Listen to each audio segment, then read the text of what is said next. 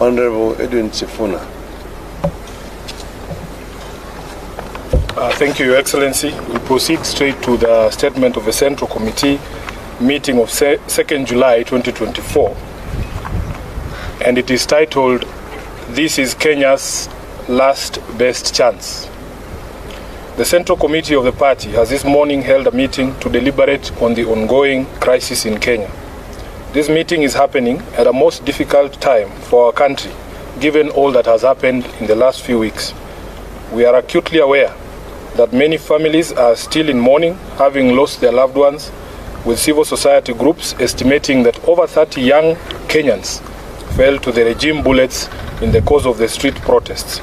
Many of these families are yet to bury these victims.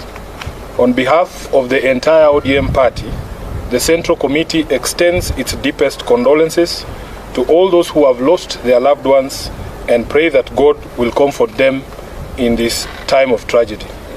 We also know that many were injured and some are still in hospital.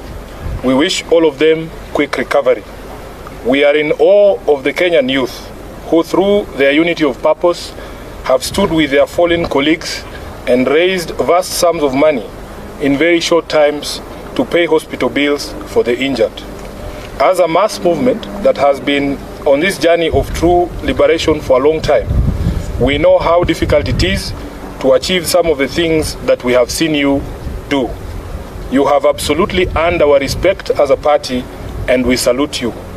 As believers in the right to peaceful protest as enshrined under Article 37, we condemn in the strongest terms possible the abuse of police power in the deployment of violent suppression techniques on innocent and armed protesters. Our position is that no one has to die in exercise of the rights under Article 37. We further condemn the ongoing arbitrary abductions of innocent Kenyans who are carted away in the most violent and inhumane manner and held incommunicado for days.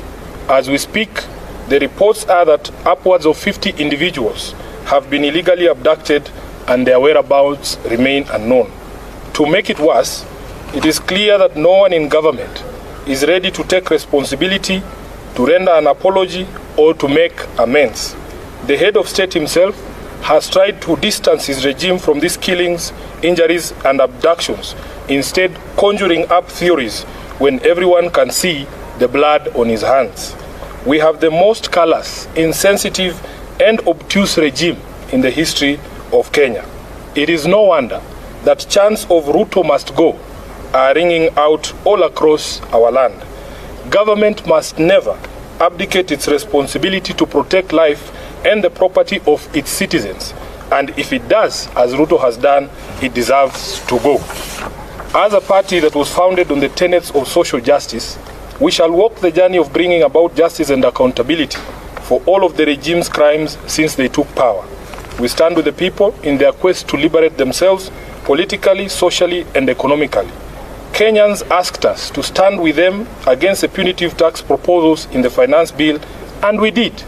Of the 115 members of the National Assembly who stood with the people and voted against the bill on the floor, 73 were in fact members of ODM.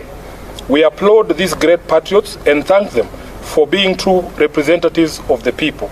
As a party, we celebrate you for being on the right side of history, and the party has charged the Honorable Opiyo Wandayi and the Whip Junet Mohammed to convey this message to each individual member who stood with the people of Kenya. Sadly, a few of our members went against the wishes of the people and sided with the oppressor, and we will speak to the consequences shortly. In light of this state of affairs, the meeting has resolved as follows. Number one, that it is time for all of us in the political leadership to begin to listen. Listen to what the people are saying and not to our own voices. The young people have spoken in plain language that should be clear to everyone. Let's not be vague. Let's just do what the young people are telling the government to do. Number two, we consider this to be Kenya's last best chance. The youth have given our country our last best chance. We either seize it and swim with it by implementing all their demands, or we ignore it and sink the country altogether. Number 3, that the Kenya Kwanza regime must take full responsibility for all the deaths, injuries, and destruction of property arising from the violent suppression of peaceful protests. The President must publicly direct his security organs to forthwith cease the ongoing abductions, an exercise that we believe is being undertaken with his full approval and the approval of the state. He must account for and order the release of all detainees abducted by these security agencies.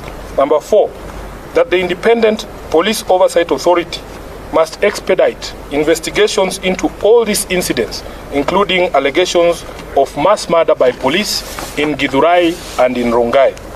We were shocked to watch the President claim on live television that only one life was lost. It tells you how out of touch with reality he is. Number 5, that in our view, what happened on the 25th of June 2024 amounted to a vote of no confidence in the Ruto regime. It is clear that this fact is totally lost on Ruto. It is reflected in his petulant proposals on how we manage our economy following the rejection of his tax bill.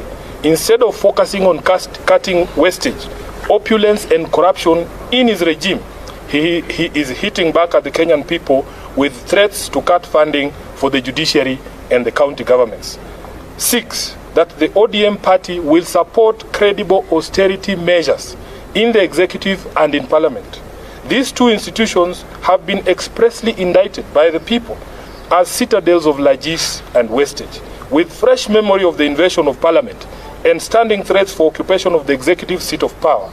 These two institutions must have an honest introspection on their contribution to our current predicament and take measures to lessen the taxpayers' burden.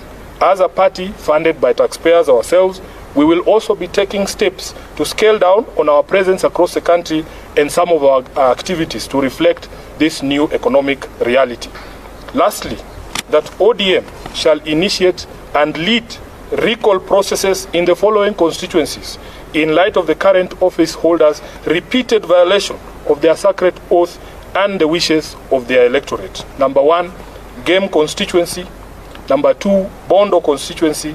Number 3, Navaholo constituency. Number 4, Kajiado Central. Number 5, Ikolomani. And lastly, Suba South in Homa Bay. Thank you. That is the end of the statement. Yeah, we do. Eric. My name is Jeff. Jeff, yes. Sorry.